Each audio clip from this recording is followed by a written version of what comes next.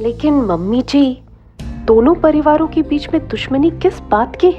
आखिर हुआ क्या था? पहले जगजीवन भाई साहब और इनकी बड़ी अच्छी दोस्ती थी। जब इनके घर से मेरे घर बारात आई तब जगजीवन भाई साहब सबसे आगे थे। हर काम में आगे थे वो। अच्छा, फिर मैं थी नहीं उस दिन। मुझे बताया गया कि वही पुरानी बातें, जर जोरू और जमीन। आइए ब्रिजमोहन जी, देखिए मेरी राय है कि आप दोनों ही समझदार लोग हैं। अगर बात को खुद ही सुलझा लेंगे तो अच्छा है। अजय, हम इनसे बात करते हैं। नहीं बालू, ये हम दो दोस्तों के आपस की बात है, तू चिंता मत कर, मैं सब संभालूं। पापा जी, लगता है जगजीवन अंकल बहुत गुस्से में है। तुम चिंता मत करो, मेरे बचपन का दोस्त है, मैं संभाल लूंगा, तुम यहीं रुको। ये पुलिस स्टेशन बुलाने की क्या जरूरत थी? कहीं बैठ के बात कर सकते थे ना। ब्रिज, तुम्हें मैंने नहीं बल्कि मेरे बेटे भानु ने बुलाया। खैर उसकी चिंता मत करो, मैं संभाल लूंगा। तुम पहले मुझे ये बताओ कि तुमने सारी जमीन पर बाउंड्री क्यों बना ली?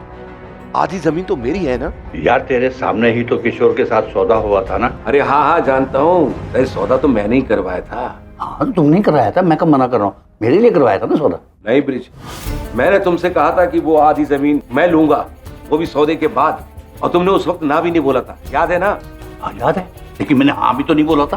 ब्रिज, मेरे हिस्से के पैसे मैं किशोर को दे चुका हूँ, अब तुम उससे बेवजह बहस और दलील मत करो। ये कचहरी नहीं है। तुम बात कचहरी तक भी जा सकती है। ब्रिज, तुम अपनी जुबान से मुकर रहे हो। उस जुबान के मुताबिक मैंने ये जमीन के पेपर भी बनवा लिए। तुम बात को समझ क्यों नहीं रहे हो? वो सिर्फ बातचीत हुई थी, कोई फैसला नहीं किया था हमने। तुम कहीं और पे जमीन ले लो, मैं पैसा दे दूंगा। मुझे कहीं और जमीन नहीं चाहिए। यही इसी वजह से तुम्हारा जिंदगी में कुछ नहीं हो रहा। तुम वहीं के वहीं हो जहां तुम थे, आगे बढ़ ही नहीं सकते। तुम्हारी तरह अपनों को धोखा देकर मुझे तरक्की करनी भी नहीं है। और एक बात ध्यान से सुन लो तुम, ये जमीन मेरी है और इसे मैं लेकर रहूंगा। तुम्हें जो करना है कर लो। बहुत पैसा है मेरे पास, कुछ भी कर सकता हूँ। और धोखा तूने दिया, मैंने नहीं दिया। अरे पूरे पैसे दिए हैं, बेईमानी करता है मुझसे। हाँ थाने तो देगा मुझे। अरे 5 मिनट दे। अरे रुकिए, अरे ये जमीन हमारी है, हर हाल में लेंगे, समझे आप लोग? ओ कैसे ये जमीन तुम्हारी कैसे होगी बिना किसी लिखा पढ़ी के? ओ राघव महाराज, ये ऊंची आवाज में किसी और से बात करना। सुनिए भानु भैया, आवाज नीचे करके बात कीजिए। राघव, अब तो वही कचहरी में ही मुलाकात होगी। अरे कचहरी में मिलके क्या करेगा? कचहरी के बाहर तो तेरी कोई हैसियत नहीं है, और वहां भी हमारी सुनवाई होगी, देख लेना। देख लेंगे, वो भी देख लेंगे, कौन धोखेबाज है कौन खुदगर्ज। जगजीवन भाई साहब ने तो पहले से ही कागजात बनवा रखे थे, तो कोर्ट ने भी उन्हीं के पक्ष में फैसला कर दिया। फिर इन्होंने भी कसम खा ली, इस हार का बदला तो मैं लेकर रहूंगा, और इन्हें मौका भी मिल गया।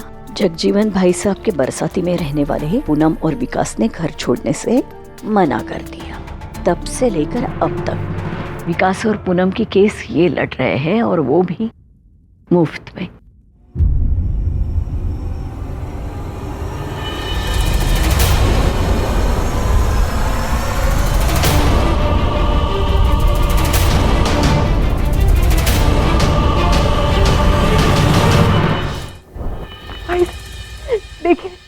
देखिए मेरे हाथ में क्या है भाभी, देखिए बाबूजी, ये देखिए इंश्योरेंस का चेक मिल गया अभी।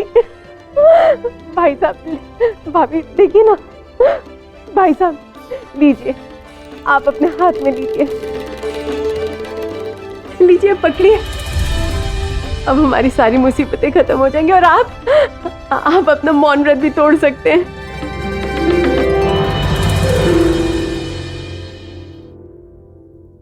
जय मां का।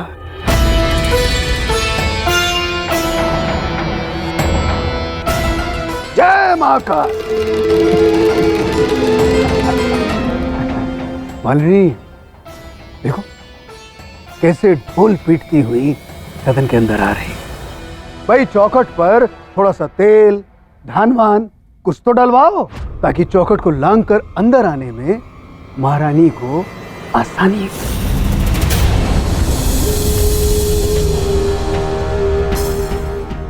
आज इसकी पूजा करो, इसकी आरती उतारो महारानी की।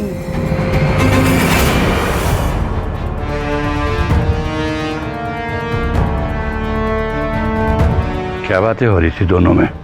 मैंने सास के पीछे बहू को और बहू को सास के पीछे बात करते हुए बहुत बार देखा है,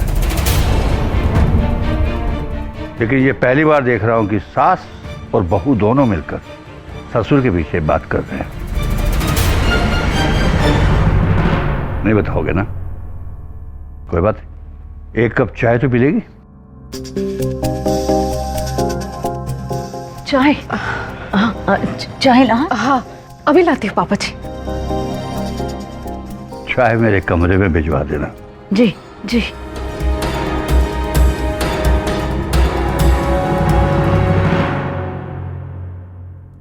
जमीन को लेकर झगड़ा है, मतलब जमीन की तरह मजबूत। अब इस झगड़े को मैं और उलझाऊंगी, क्योंकि बिना इसके काम बनेगा नहीं। ना भैया फंसेंगे और ना यहां से सरकेंगे।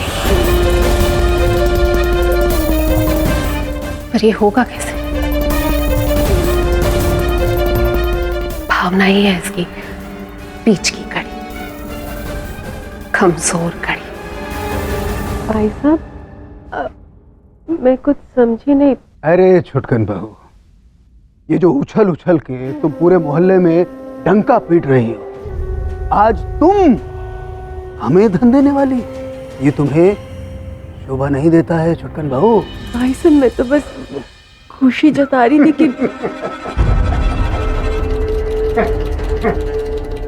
तो क्या है छुटकन बहू, जब कोई काम कार्य समय से छूट जाए तो वो व्यर्थ हो जाता है। चूक तो तुमसे हुई, अगर समय पर तुम धन लेकर आ जाती तो हमारे परिवार के मान की पतंग इस तरह से मोहल्ले में उड़ाई नहीं जाती। अगर समय पर तुम धन लेकर आ जाती तो हमारा गद्दर वाहन हमारे सदन के बाहर द्वार पर खड़ा होता, परंतु इस समय वो उस लोभी अफजल खान का बंधक है। चूक तो तुमसे हुई। भानु, कभी तो अपनी गलती मान लिया कर बेटा। क्या तूने बहू से पूछकर मीरा के परिवार वालों से रिश्ता तय किया था? क्या उससे पूछकर अपनी औकात से ज्यादा, अपनी हैसियत से ज्यादा बड़ी शादी करने का वादा किया था? हा? क्या तूने बहू से पूछकर अफजल से पैसा उधार लिया था और टेम्पो गिरवी रखा था?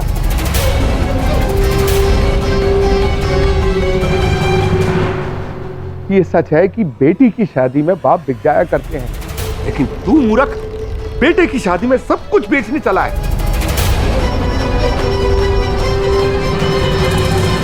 अरे बाबूजी, परिस्थिति नाम की भी कोई चीज होती है कि नहीं? चार सीढ़ी समाज में नाथ बांट से ही ऊपर चढ़ा जाता है। चार बड़े बड़े लोगों के बीच में उठना बैठना नहीं करेंगे तब तक ये सामने वाले हमें कीड़े मकोड़े की तरह समझेंगे। इन्हें नीचा दिखाने के लिए हमें अपने आप को ऊपर करना होगा, समझे? अरे ऊंचा उठने के लिए खुद को थोड़ी बेच देंगे। बाकी मैं जानता हूं तू इस परिवार को संभाल रहा है ना, इसलिए तेरी चलेगी, है ना?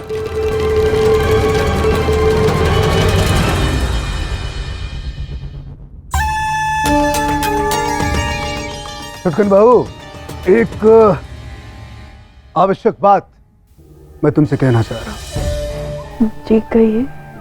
ब्याह के बाद मीरा और अभिषेक वो दोनों हमारे कमरे में रहे, मेरे और मालिनी के कमरे,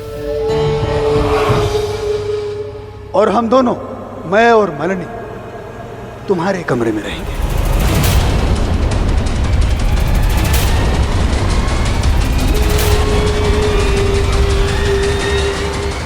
मेरे कमरे में भाई साहब, फिर मैं और अब तुम और तुम्हारी सुपुत्री, तुम दोनों का निवास कबाड़ खाने में होगा।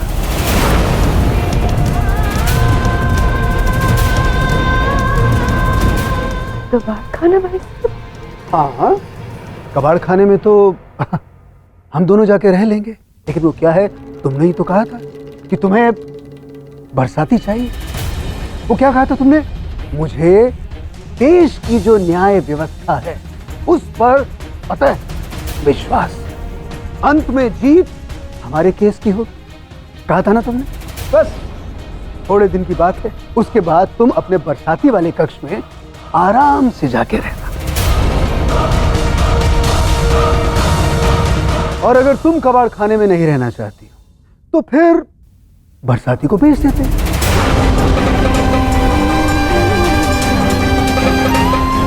आराम से तुम अपने कक्ष में रहना और हम कबाड़ खाने में रहेंगे। भाई साहब, सचिन बहू, वो क्या है कि इंसान को अपने जीवन में सब कुछ तो नहीं मिलता है। जीवन में कुछ पाने के लिए इंसान को कुछ ना कुछ त्यागना ही पड़ता है। अब देखो, अब किसी भी तरह की जोर जबरदस्ती नहीं, किसी भी तरह का दबाव हम तुम पर नहीं डाल रहे। निर्णय तुम्हें लेना है और हमारे लिए भी जो कठिन निर्णय है तुम्हें ही लेना है। तुम जैसा कहोगी हम उस रास्ते निकल पड़े।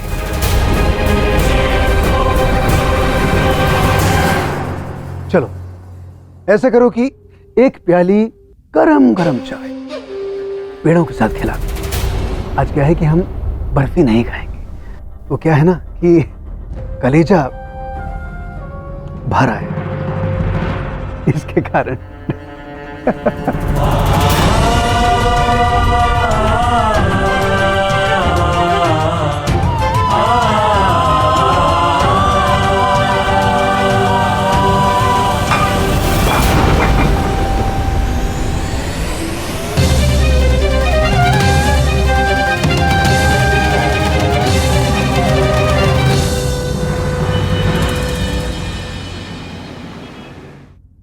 क्या गौरी माशे, घर नहीं जाना है क्या?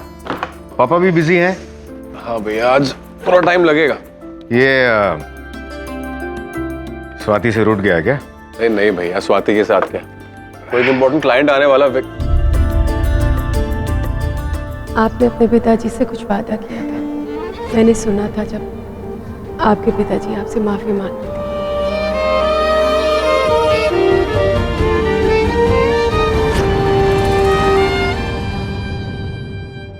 भैया पी लीजिए, अब मैं बड़ा हो गया हूँ, चुगली नहीं करूंगा। अरे नहीं, मैंने छोड़ दी है वो, बस आदतन पैकेट रखा है। वैसे किसकी याद आ गई जो पीते पीते छोड़ दी? सभी तो मना करते हैं और अब पापा जी ने भी टोक दिया। कोशिश कर रहा हूं कि छोड़ दूं। वैसे भी इसमें रखा क्या है, सब दिखावा है। पहले कलेजा फूकती है और फिर खुद जल के राख हो जाती है। Okay, quite intense. Very intense. तुम इतना जो मुस्कुरा रहे हो, क्या गम है जिसको छुपा रहे हो? गम नहीं बे, गम गम। अरे हाँ भैया, एक ही बात है। एक ही बात नहीं है। अच्छा भैया सुनिए ना, आप इतना हंसी मजाक करते हैं लेकिन मुझे लगता है कि आप कहीं ना कहीं उलझे हुए से परेशान से लगते हैं। अभी मैं समझता हूँ आपका डिवोर्स वगैरह जो हुआ, पर आप मुझसे अपने दिल की बात किया कीजिए ना। आप कुछ कहते ही नहीं आजकल। आदत बदल गई यार कोई। आजकल ना मैं कहता कम हूं और सुनता ज्यादा हूं। Nothing serious. जो भी हुआ उसके बाद मैं समझता हूँ। मुझे तो बस एक ही ठोकर लगी है, लेकिन मैं देखता हूं ना, इस दुनिया में कितने सारे लोग हैं जिनकी प्रॉब्लम्स मुझसे कहीं ज्यादा बड़ी है। हर शुभ मुहूर्त पर मुझे आगे बढ़ाया जाता था, लेकिन आज वही लोग अपने घर में मुझे कोना तक नहीं देना चाहते हैं। फिर मुझे लगता है कि मैं कितना प्रिविलेज्ड हूं कि मेरा पूरा परिवार मेरे साथ है। कई बार लोगों के पास कोई नहीं होता उन्हें संभालने के लिए, उनकी तकलीफ सुनने के लिए, उन्हें सपोर्ट करने के लिए। उन्हें अकेला ही लड़ना पड़ता है। रोना आए तो खुद ही आंसू पोंछने पड़ते हैं। ठोकर लगे तो खुद ही संभलना पड़ता है। कई बार वो एकदम अकेले पड़ जाते हैं, लेकिन फिर भी कोशिश करते हैं और जीते हैं। आप ये किसके बारे में बात कर रहे हैं भैया? In general. अरे वैसे गौरी, और कितनी देर लगेगी? बस वो आता ही होगा। गौरव भैया, वो क्लाइंट आने वाले हैं, आपको सर बुला रहे हैं अभी। ठीक है, आता हूँ भैया। ऐसा कौन सा क्लाइंट है जिसका पापा जी ऑफिस खत्म होने के बाद भी इंतजार कर रहे हैं? ये लाइट को भी अभी जाना था।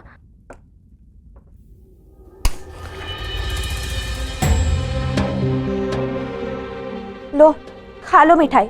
हो गई ना मन्नत पूरी जिसके लिए उपवास रखा था? बेटा, ये तेरे ताऊजी के लिए रखी थी। हाँ तो क्या हुआ? मुंह सिर्फ उन्हीं के पास है, हम नहीं खा सकते क्या? हमारे पास मुंह नहीं है। बुलबुल, ये जाके मिठाई रख दे बेटा। मैं नहीं रखने वाली। मैंने तो सिर्फ उनकी एक बर्फी खाई है, और वो तो हमारे यहाँ खाते ही रहते हैं, वो भी बिना डकार दिए। माँ, उन्होंने हमें ये रूम दे दिया और इसे खुद ही लेना चाहते हैं। अभिषेक भैया की शादी के लिए जो पैसे दिए थे वो कम पड़े थे क्या? कि अब उस कबाड़ खाने में जाके रहना पड़ रहा है? बेटा माँ नहीं, इस बार ना बिल्कुल नहीं। माँ, हम ये कमरा बिल्कुल नहीं छोड़ेंगे। बेटा, तेरे ताऊजी ने कहा है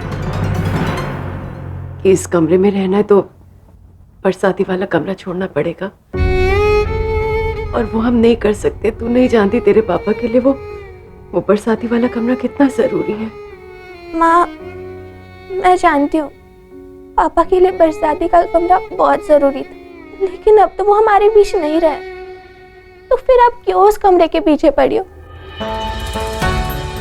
आप जानती है ना, इस रूम में मेरे, आपके और पापा के साथ कितनी सारी मेमोरीज जुड़ी हुई है। ये दीवार जहाँ पे पापा ने मेरी हाइट नापी थी जब मैं 1 साल की थी, तब से उनकी हैंडराइटिंग अभी तक है इस दीवार पे। पुताई होते वक्त वो यहाँ पे पेंटिंग भी नहीं करवाते थे। और वो लाल दाग, आपको याद है ना? तीज के दिन पापा आपको आलता लगा रहे थे, मैं छोटी सी थी, मैं उनकी तरफ दौड़ते आ रही थी, उनके हाथ से आलता की कटोरी गिर गई थी, तब ये दाग लगा था। और ये बिस्तर, यहाँ पे वो बैठ के ना अपना हिसाब किया करते थे। मैं तो उन्हें आज भी कई बार यहाँ बैठ के हिसाब करते वक्त इमेजिन कर सकती हूँ। इस रूम से पापा की बहुत सारी यादें जुड़ी हुई है, भले ही वो आज हमारे साथ नहीं है, लेकिन मैं आज भी उन्हें इस कमरे में महसूस कर सकती हूँ। और मैं जानती हूँ कि आप भी उन्हें महसूस करती है। नहीं तो 7 बजे आप खिड़की के इधर क्यों खड़ी रहती हो? क्या मैं नहीं जानती? पापा रोज 7 बजे लौटा करते थे, और वो लौटते ही हॉर्न बजाया करते थे, और वो सुनते ही आप खिड़की की तरफ दौड़ा करती थी। आप समझती क्यों नहीं? बरसाती का कमरा मिलने के बाद ना ताऊजी उसे भी छीन लेंगे, तब भी आप आसानी से दे दोगी वो कमरा। और तब हम कहाँ पे रहेंगे माँ? सड़क पे। ताऊजी कहेंगे जाओ अपने लाडले कुटरले के साथ जाके सड़क पे रह जाओ। आपको पता है ना, अगर हम ये केस हार गए तो क्या होगा हमारे साथ? नहीं बेटा, ऐसा मत कह। हम ये केस हार ही नहीं सकते हैं। हमें हर हाल में ये केस जीतना है।